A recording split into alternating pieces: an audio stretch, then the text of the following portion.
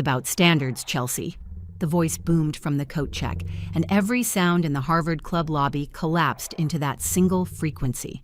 If Marcus's mother shows up looking like she just scrubbed floors, keep her away from the partners. We can't have the cleaning lady chatting up the Supreme Court justices. My fingers went numb around the federal judge credentials in my purse. The marble floor beneath my modest navy heels suddenly felt like ice, and I became aware of every heartbeat in my chest. Not racing, but slowing, each pump deliberate, predatory. The air tasted like old copper, like blood from a bitten tongue. Preston Hartwell, my son's future father-in-law, the man who thought my dignity was determined by his tax bracket. A frantic floor manager materialized at my elbow, shoving a stark white apron into my hands. "Late again," he hissed, checking his watch. "Kitchen's through the left. Tray service starts in 5 minutes."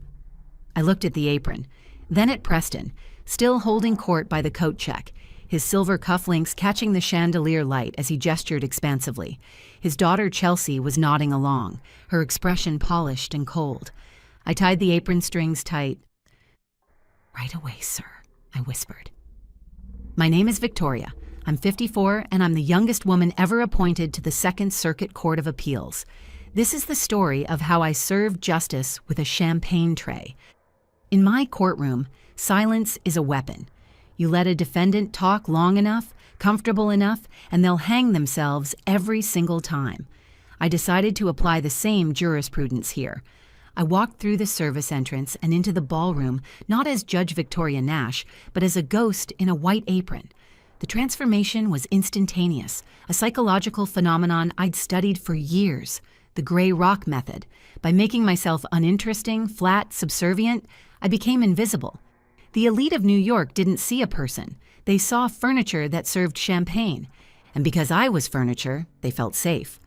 I moved through the crowd, tray balanced on one hand. The air was thick with expensive perfume and the particular arrogance that comes from never having to check a price tag. The Hartwells had merged Marcus and Chelsea's engagement celebration with Hartwell and Partners' annual firm gala, a strategic choice that allowed them to parade their future son-in-law before clients while writing off the champagne as a business expense. Across the room, I caught my son's eye. Marcus was standing by the champagne tower, looking handsome but anxious in his tuxedo. His eyes went wide when he spotted me. I gave him the look. The same one I give a bailiff when a defendant's about to have an outburst. A microscopic shake of the head, a narrowing of the eyes that says, "Stand down. Let this happen." Marcus knew that look. He'd grown up with it. He closed his mouth and stepped back into the shadow of a pillar. Good boy. I circled toward the Hartwell family. Preston was holding court near the orchestra, scotch in hand, gesturing like he owned the room, because in his mind he did. His daughter Chelsea stood beside him in a dress that cost more than my first car, silk and diamonds worn like armor, not grace. I watched her snap her fingers at a busboy to take her empty glass. No thank you, no eye contact, no acknowledgement that he existed as a human being. "They're so lucky we're even considering this merger," Preston laughed, his voice carrying over the music. "Marcus is a bright kid, sure, but let's be honest. He's marrying up, way up. We're basically doing charity work here." I filed it away. Evidence. Discovery phase. I drifted closer, refilling a glass near his elbow. "More scotch, sir?" Preston didn't look at my face. He waved a dismissive hand like I was a fly. "Keep it coming, and try not to spill it on the Italian leather." "Of course, sir." I walked away, adrenaline settling into a cold, hard knot behind my ribs. He thought I was serving him drinks. In reality, I was serving him rope, and I intended to let him use as much of it as he wanted. Moving through the service door, I stepped into the corridor. The space was jarring after the ballroom. Industrial dishwasher fluid and burnt coffee replacing perfume and pretension. I leaned against the cold tile wall and looked at my hands. 30 years ago, these hands pushed a mop bucket across the marble floors of Bronx Supreme Court. I worked the night shift, stealing 5 minutes of study time between emptying trash bins, propping my textbooks open on wet floor signs. I learned the law by cleaning up after the people who practiced it. Preston Hartwell looked at a server and saw a failure of ambition. I looked at a server and saw the hunger that builds empires. That's why I didn't tear off the apron in the lobby. Wearing this uniform didn't lower my status. It reminded me of my source code. Marcus didn't know the full ledger. He didn't know that when his father left, vanishing to California with his secretary when Marcus was 7, sending birthday cards that arrived 2 weeks late until they stopped arriving at all. I liquidated my retirement fund to keep us in the good school district. He didn't know his semester abroad cost me 3 years of vacations I never took. I'd been the silent investor in his life, pouring equity into his character, compounding interest on his integrity. The Hartwells were late investors, showing up when the stock was already high, trying to acquire controlling interest in a company they didn't build. I straightened my apron and pushed back through the double doors into the ballroom. The room was louder now, alcohol having stripped away the first layer of social varnish. I found the Hartwells near the floor-to-ceiling windows, posing for photos. Chelsea was the center of gravity, flanked by bridesmaids who looked less like friends and more like accessories, chosen specifically to not outshine her. A young server named Elena approached the circle, holding a silver tray of crab cakes. Her hands trembled slightly. She waited for a break in conversation. Polite, deferential. Hors d'oeuvre, Miss Hartwell? Chelsea spun around, her face twisting with irritation so fast, so ugly it was almost impressive. God, no. She recoiled like Elena had offered her a petri dish. I specifically told the coordinator, no shellfish near the bridal party.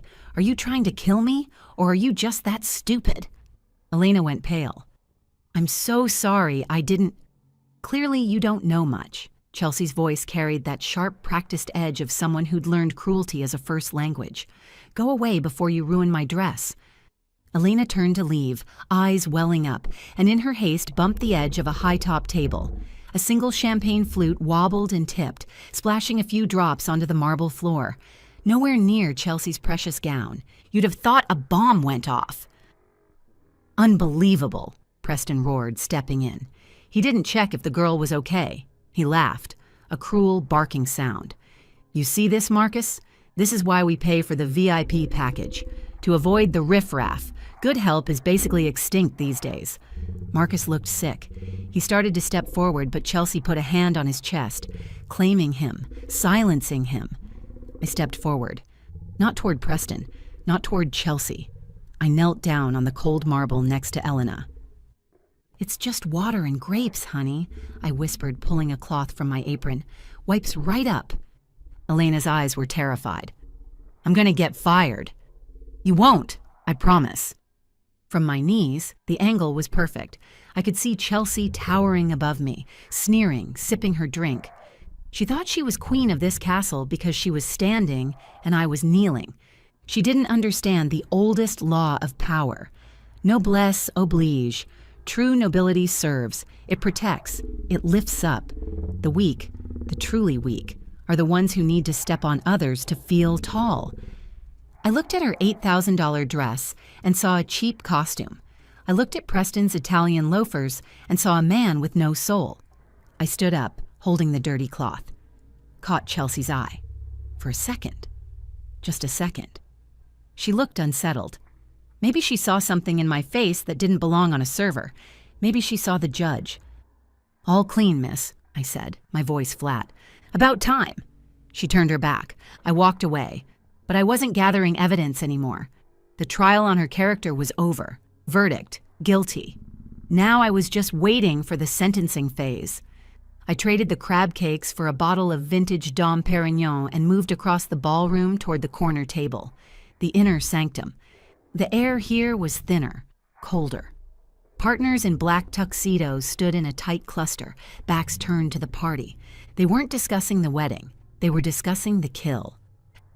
The Meridian antitrust merger is a done deal, gentlemen, Preston purred, swirling his scotch.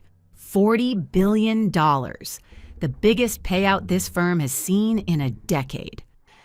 I poured champagne into the glass of the man next to him, a senior partner whose face I recognized from the firm website. He looked nervous.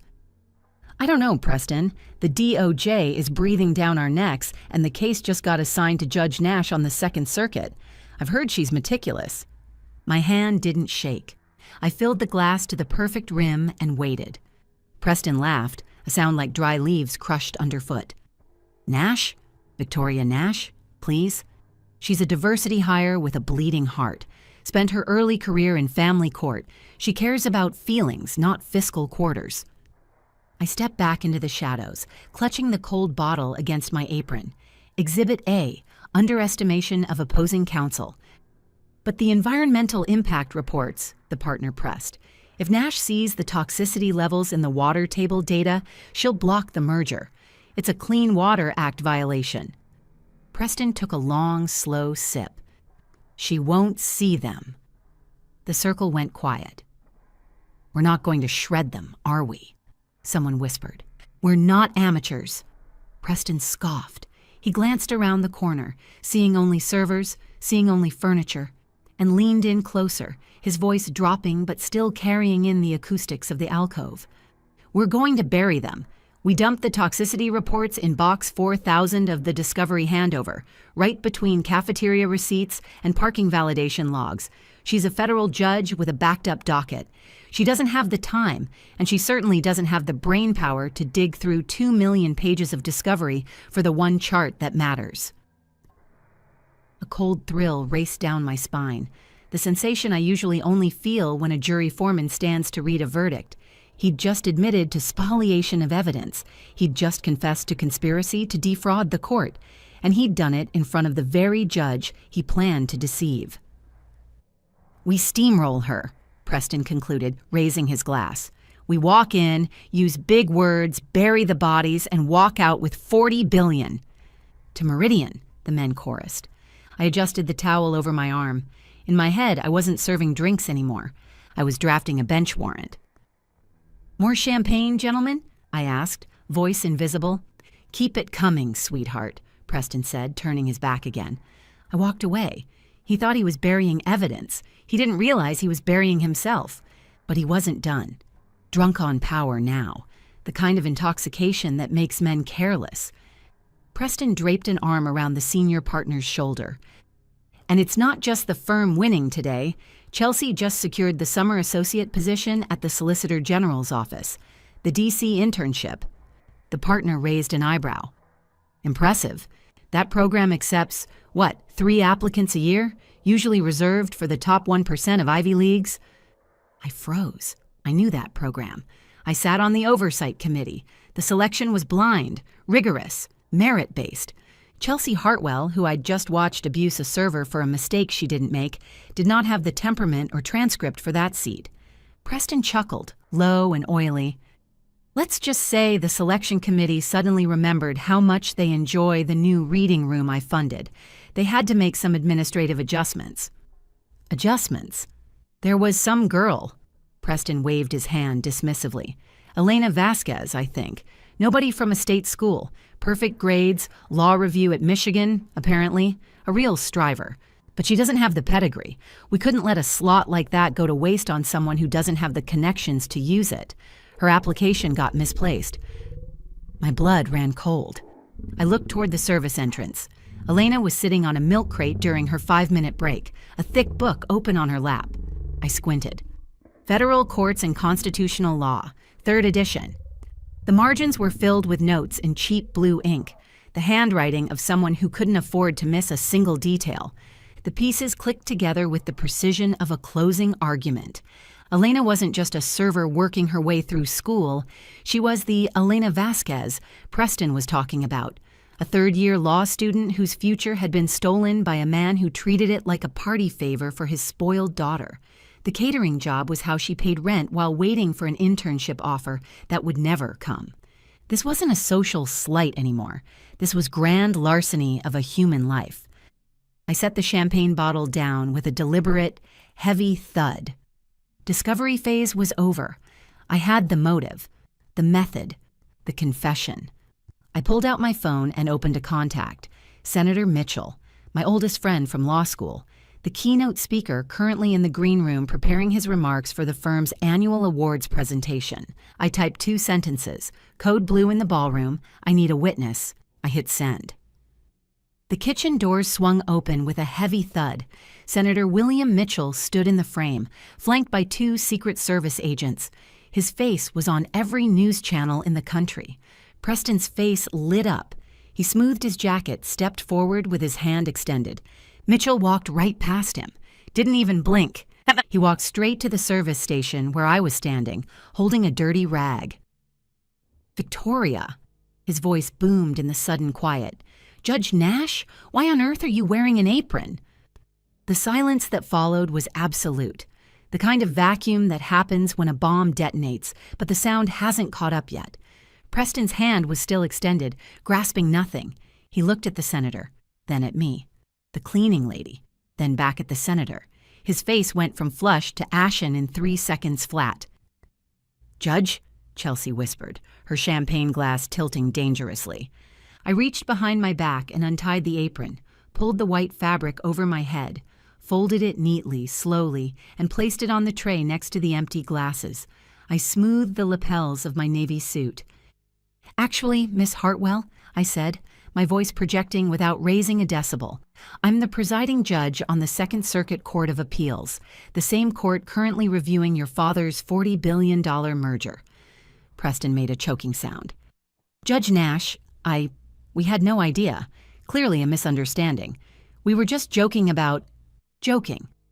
I stepped into his personal space. He shrank back. "Was it a joke when you admitted to conspiracy to violate the Clean Water Act? Was it a joke when you detailed your plan to bury toxicity reports in Box 4000 of Discovery?" The blood left his lips completely. "That's privileged conversation." "Not when you shout it at a waiter in a crowded room, Mr. Hartwell." My voice could have frozen champagne. "There's no attorney-client privilege in the catering line. You admitted to spoliation of evidence in front of a federal judge and a United States senator." I nodded at Mitchell, who crossed his arms and glared. "I can explain." "You will," I promised, "at your disbarment hearing." I turned to Chelsea. She looked small now, the armor of her expensive dress dissolved. She looked like exactly what she was, a child playing dress-up in stolen clothes. "As for the Solicitor General's internship," I continued, watching her flinch, "I sit on that oversight committee. We take academic integrity seriously. I'll be personally pulling your file tomorrow morning. I'm very interested to see how an application got misplaced to make room for you." "Mother, do something!" Chelsea grabbed her mother's arm. Her mother, a thin woman in pearls who had spent the evening floating silently in her husband's shadow, was staring at the floor, wishing she could dissolve into the carpet. She said nothing. She would file for divorce 3 months later, citing irreconcilable differences, and move to her sister's house in Connecticut. "Marcus," I turned to my son. He stepped out from the shadows, and he didn't look scared anymore. He looked relieved. He looked at Chelsea, then at me. Then he walked over and stood by my side. "Ready to go, Mom?" "One last thing." I turned back to Preston, now trembling visibly. "You were right about one thing, Mr. Hartwell. You really should be careful who you talk to." I smiled. Cold, small, precise. You never know when the cleaning lady might hold the gavel. I turned on my heel and walked toward the exit, Marcus beside me. The silence held until the heavy doors swung shut behind us. I didn't stay for the cake. We stepped out of the Harvard Club and into the November night. I hailed a cab while Marcus stood beside me, pulling Chelsea's engagement ring from his pocket and staring at it. "I should have seen it sooner," he said quietly. "You saw it when it mattered." He nodded, then handed me the ring. "Can you return this?" "I don't want to see her again." "Done." By the time the cab pulled away from the curb, I was already drafting an affidavit on my phone, documenting every word I'd witnessed. Senator Mitchell would provide his own sworn statement by morning. The fallout was swift. It wasn't a scandal. It was an implosion. 18 months later, the headlines were still running. Meridian merger blocked. Hartwell and partners under federal investigation. DOJ secures guilty plea in evidence tampering case. Preston Hartwell didn't just lose the case. He lost the firm. When the Bar Association received our sworn affidavits detailing his confession, corroborated by a U.S. senator, his license to practice law was suspended pending investigation. 8 months later, the suspension became permanent. The firm's partners voted to dissolve rather than face the ongoing federal scrutiny, and by the following spring, the Hartwell name had been stripped from the letterhead entirely. Chelsea's situation was more complicated. The Oversight Committee's investigation revealed that she had known about her father's interference with Elena's application and had actively participated by drafting the memo that justified the administrative adjustment. She was expelled from her law school's honors program and faced academic fraud charges that resulted in a plea agreement, 200 hours of community service, and a permanent notation on her bar application that would follow her for the rest of her career. But the real justice wasn't in the destruction of the old guard, it was in the reallocation of assets. I sat in my chambers, morning sun hitting the mahogany desk. Marcus sat across from me, looking lighter than he had in years. He'd walked away from Chelsea that night without looking back, returned the ring through my office the next morning, and spent the following year rebuilding his sense of self. He was dating someone new now, a pediatric nurse he'd met volunteering at a free clinic, someone who'd never heard of the Hartwell name and didn't care about his last name either. "Chelsea called me yesterday," Marcus said, stirring his coffee. "She's working at a legal aid office in Brooklyn, part of her community service agreement. She said her feet hurt from taking the subway." I smiled, signing a document. "Good. Discomfort is an excellent teacher. Maybe she'll finally learn that respect isn't an inheritance." "And Elena, the internship?" I opened my desk drawer and pulled out a fresh file. That was the easiest ruling I've ever made. I'd tracked down Elena 2 weeks after the party. I'd called the catering company, explained I was following up on a personnel matter, and obtained her contact information. Found her in the law library at Michigan, buried in those same case books. When I handed her the acceptance letter, the one Chelsea had tried to steal, she didn't scream. She didn't jump. She just cried, silent and shaking, the way people do when they've been invisible for so long they forget what it feels like to be seen. "She finished her clerkship last month," I told Marcus. "The Solicitor General's office offered her a permanent position. She didn't need a favor, she just needed a fair trial." I walked to the window and looked out over the city. The skyline was full of glass and steel towers, monuments to power and money, but down on the streets the real city was moving. Janitors, servers, bus drivers, the invisible army that keeps the world turning. I thought about that apron, folded neatly in my closet at home, right next to my judicial robes, different uniforms, same master. Truth. Preston Hartwell thought power was about who you could command. He forgot that true power is about who you can protect. I turned back to my son, my gavel resting heavy and silent on the desk. "Justice is blind," I said softly, "but she's not deaf, and she hears everything. If you believe that character is revealed when no one's watching, share this story. And tell me in the comments, what would you have done in Victoria's shoes?" Before you go, here's a quick bonus for sticking around. If you love learning and growing like I do, you need to try audiobooks. I've got an exclusive deal with Audible. Your first month is completely free. That's access to over 500,000 titles. Zero cost to you. All the details are waiting in the description. Don't miss this one.